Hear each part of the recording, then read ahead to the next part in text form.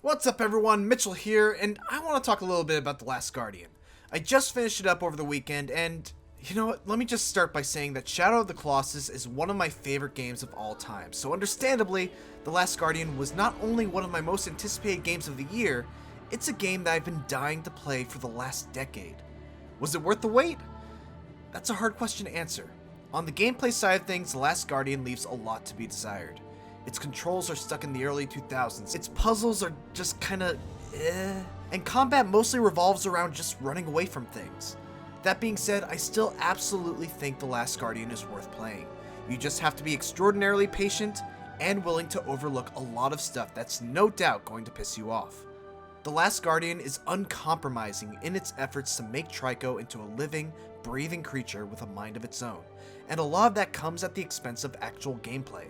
You see, Trico is not like a traditional buddy companion that you just give orders to and expect orders to be carried out. You can call for him and he'll come running pretty reliably, but anything more complicated than that and you'll often have to contend with Trico not understanding what it is you want him to do.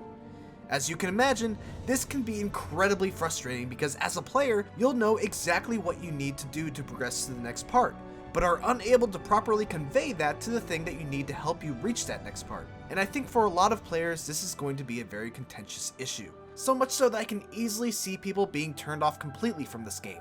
But the interesting thing about The Last Guardian is that because of the fact that Trico doesn't behave like a standard NPC that just robotically does whatever you say, it actually does wonders in bringing Trico to life. When you do finally break through to Trico and get him to do what you want, the satisfaction is akin to teaching your pet a new trick.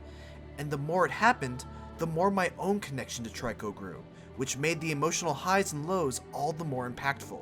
Seriously, when I'm not playing games for an audience, like when I'm recording a YouTube video or streaming on Twitch, I'm typically a pretty quiet guy when I play games. But I found myself constantly talking to Trico as though it was actually a pet. I would praise it when it did good, scold it when it wouldn't listen to me, audibly gasp when it looked like it was in danger, and smile like a big old dork when I saw how happy it looked when reuniting with me after a long separation.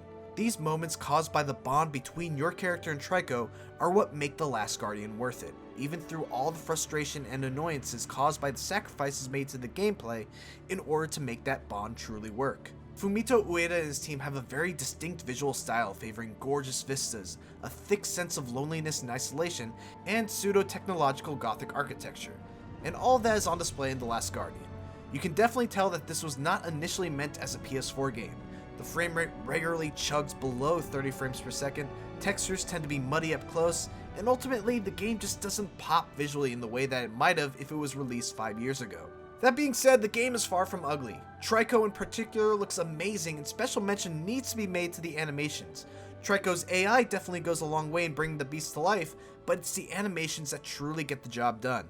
The game would have fallen flat on its face if Trico couldn't elicit a "aww" from the player when it nuzzles up to you, or strike fear when it starts going on an uncontrollable rampage, trampling everything in its path, including you.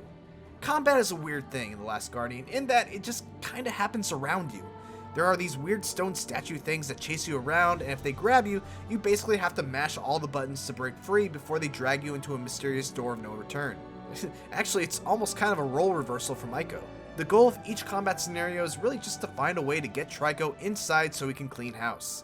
As far as I could tell, there's no health system, so the only way to really die is either from gravity or getting taken away through a door. This kind of takes any stakes away from the combat and makes it more of a chore than anything else. It's cool to watch Trico body a bunch of statues the first few times, and it's a nice touch that you need to climb on him and pet him to calm him down, but I always found myself groaning whenever I ran into these combat scenarios, especially in the later parts of the game where they last much longer. Environmental puzzles are at the forefront of the gameplay in The Last Guardian, and again, typically you'll know the answer of the puzzle pretty quickly.